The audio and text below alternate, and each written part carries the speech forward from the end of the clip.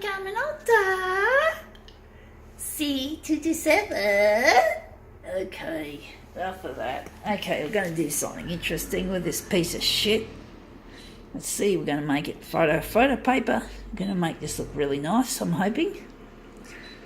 It's a difficult one. I don't know how big we're going to make this. I'm going to make it fairly large. I'm going to make it 350 and 350 for this funny.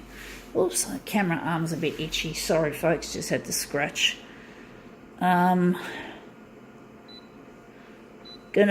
make this, can't use text enhance, watch this. You can't use it with photo paper. There you go, feature clash. Okay, thought I had to show that. So now we've got that, and what we're going to do is a background colour. That'll be an interesting one to put on for the feet. The little black areas that are going to turn white. So it's not going to be red, or is it going to be red? Red or yellow? I might chuck yellow in, or will it be yellow or will it be red? That's a tough choice. Okay, brightness. Add some red to this. We're not going all the way with the red this time, which will be nice. Something different. A bit of coolness to the hue. Saturation. Now we just got to get stuck in here and just do what we pretty well normally do. Right. Let's see our original. What is it? It is... Right, it's a plastic... What do you call it? Insect. Plastic insect. Right, another plastic insect. Interesting, aren't they, folks? How they look so real, even though they're made out of a totally synthetic material. Just being totally stupid. But yeah, they are. It's a fact. They're made out of a totally synthetic material. And it is called plastic. Okay, enough of that. Pretty obvious, folks. We're just putting a green background behind it. I've decided not to squash it. Well, it's not going to squash, really, but anyway. Let's see how we go. I'm sort of worried it's going to bow the glass, and the glass is going to impede the movement of the scanner, just like the effect of someone sitting on the copier, and without breaking the glass. But that looks interesting. I must say that green didn't turn out well, and the yellow is just gone everywhere, so I'm thinking maybe we can live without a background colour. But it's not looking good. So I wonder what size we're going to make it. This looks shithouse. So we're going to just go here, and we're going to the 400% button. I don't know why the green didn't turn out really well. I thought green was going to turn out to be like pink. I think it might be the hue control that we got incorrectly set. Maybe the hue's a bit, I don't know, it's bloody difficult getting it right. And the red, I think we're going to need more red. And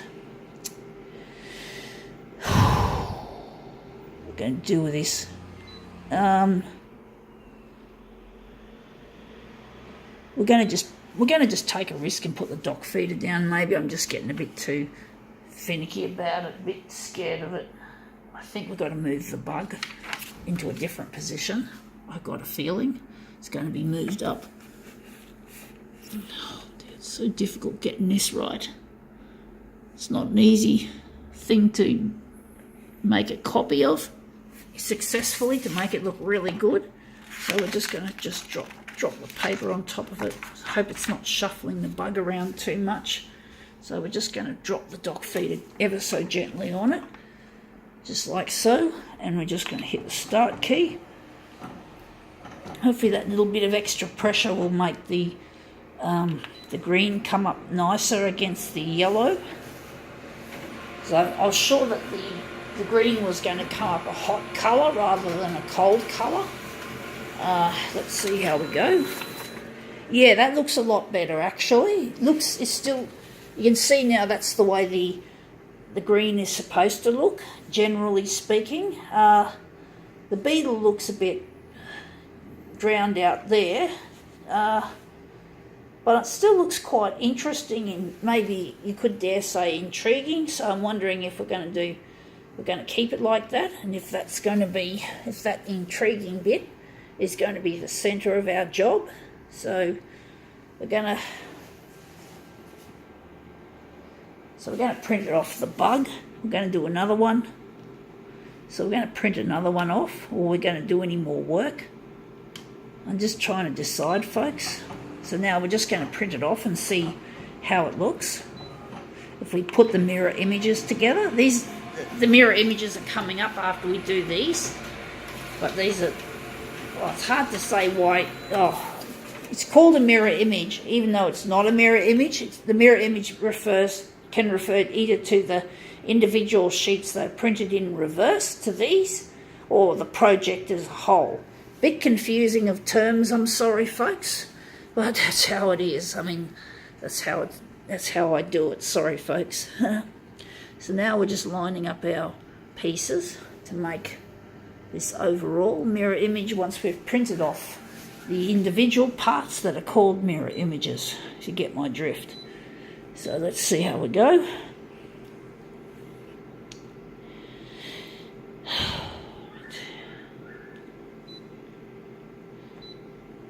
See how this looks. Print two of them off, two of the little bug, or the beetle, or the insect. Okay. One thing you can't do with real insects is photocopy them, at least not in this method, and you'll end up getting crushed. You have bug guts all over the photocopier. Not a good thing. And if the beetle is an endangered species, shit, you can get in big trouble. Not worth it. And you don't want to kill an endangered species just because you wanted to experiment with photocopying it. So yeah, this is where the plastic really can be a good thing sometimes. In some ways it's good for this kind of work. And these beetles didn't cost that much. I got them from a cheap shop. They would have been manufactured in a Chinese plastic factory, I assume. So the people worked really hard, which is a shame about Chinese factories, is that things are cheap because the workers don't get paid much. So I've got to take my hat off to the workers for putting this together so I could have a fun time photocopying it. But anyway, that's an interesting pattern. I think now we can call it quits.